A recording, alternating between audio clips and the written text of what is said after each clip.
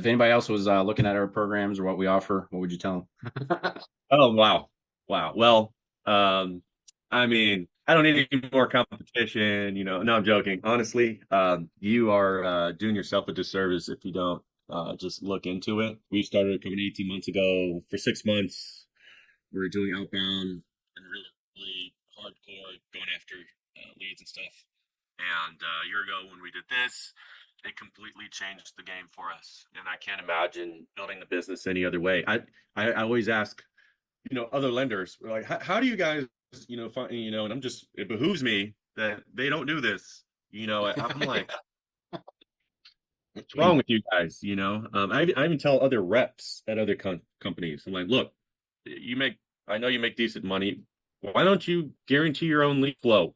Here is it's called Dovetail Mortgage Growth System. Brent, call them. Having a marketing partner like Mortgage Growth just really allows us to focus and get better at all the other essential things that we need to do. And yeah, we're grateful for sure.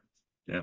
Well, hey, we're super grateful to be working with you too. Overall, lead quality, how would you rate it? I know you're mostly your sales team that's dealing with them. I know you do a little bit, but We start taking leads too now, man. yeah, you said yeah, last couple weeks or so.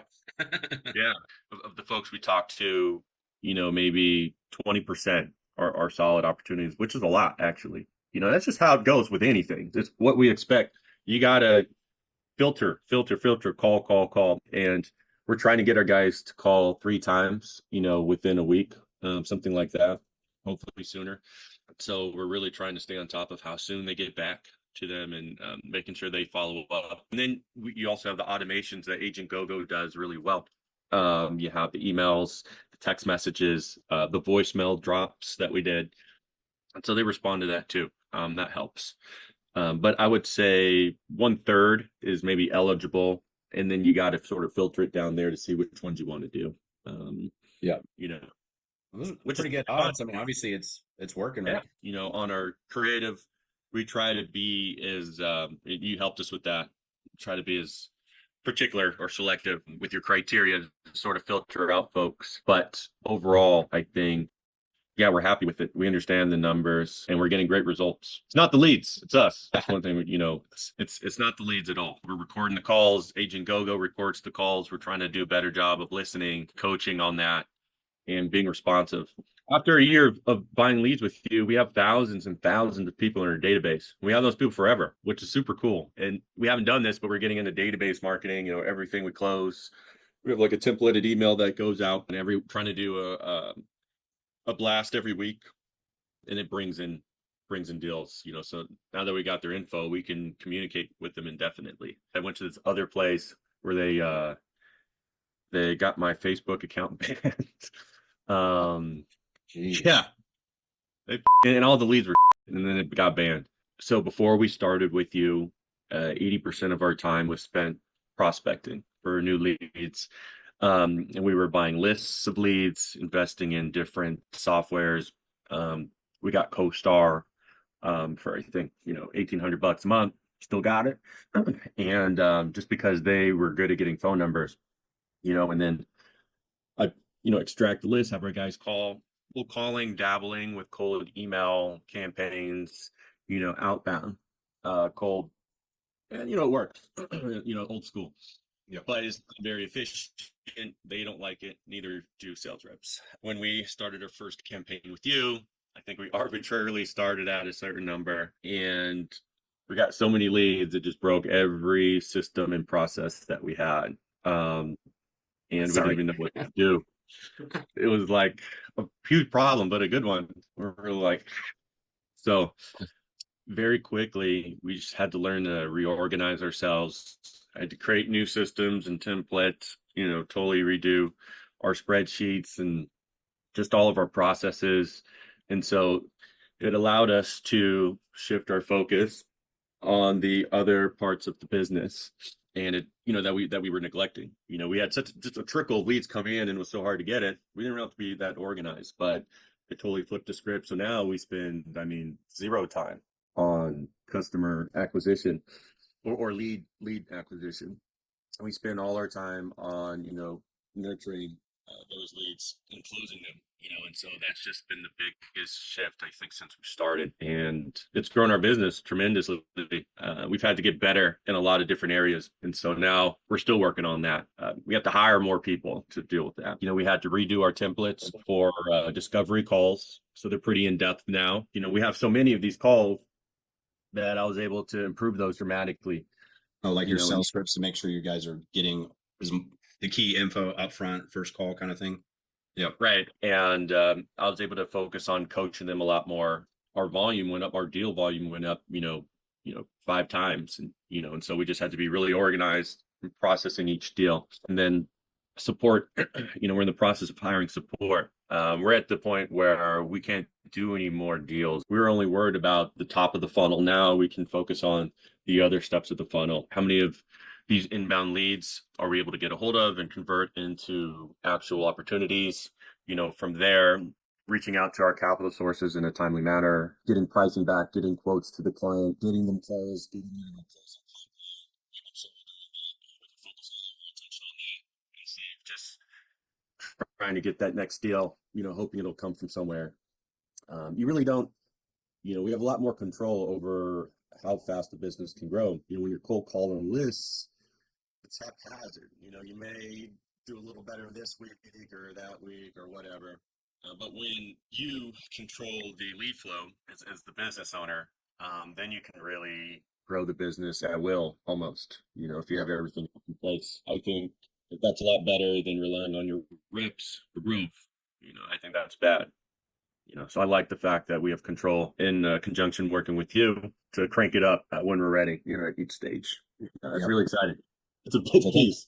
Yeah, I think we've done 3 or 4 times now.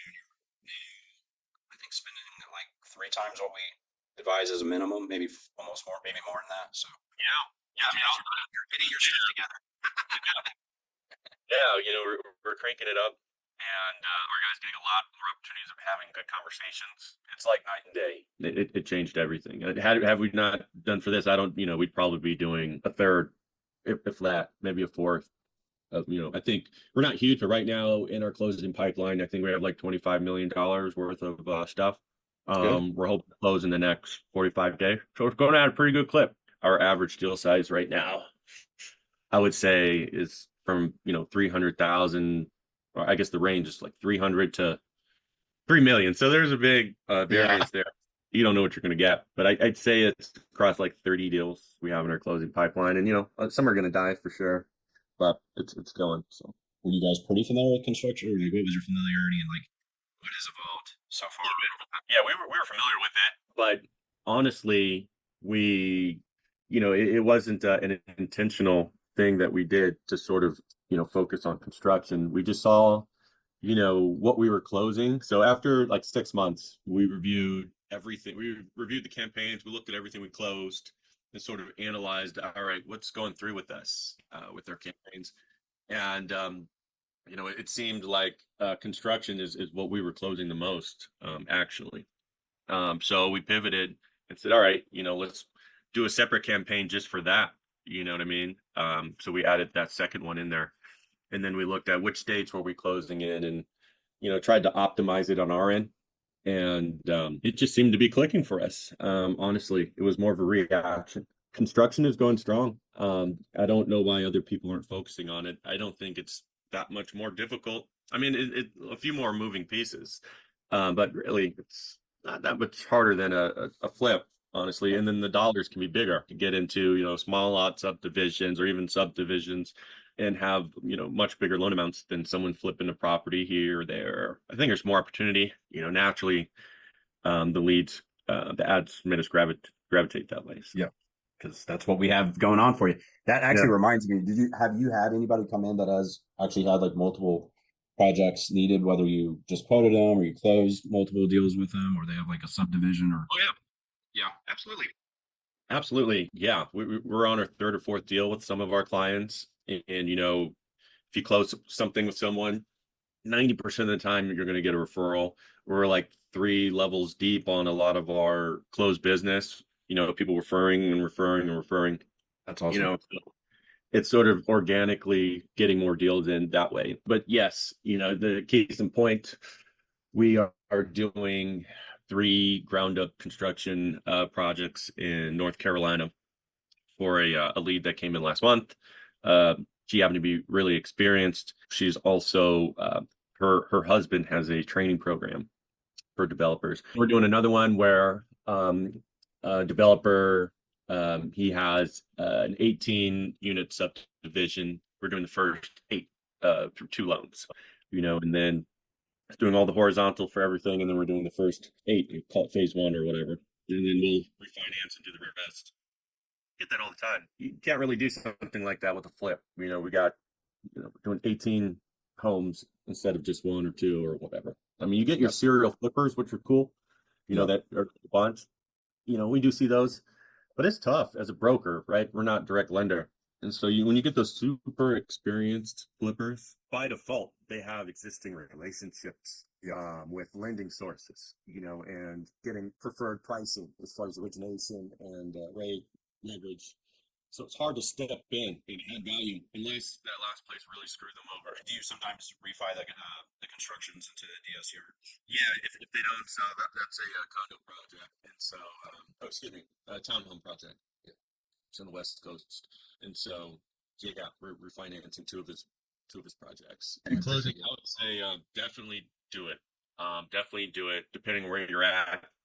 I mean, if you're working with another agency, try this one, or if you haven't, or if you don't have the money, put it aside, make it a priority. It doesn't take $1 million to put your toe in the water and to try it. It doesn't. So try it. So, at least be that fair. Just try it. You got nothing to lose. So that's all I say with all honesty. I really appreciate those words.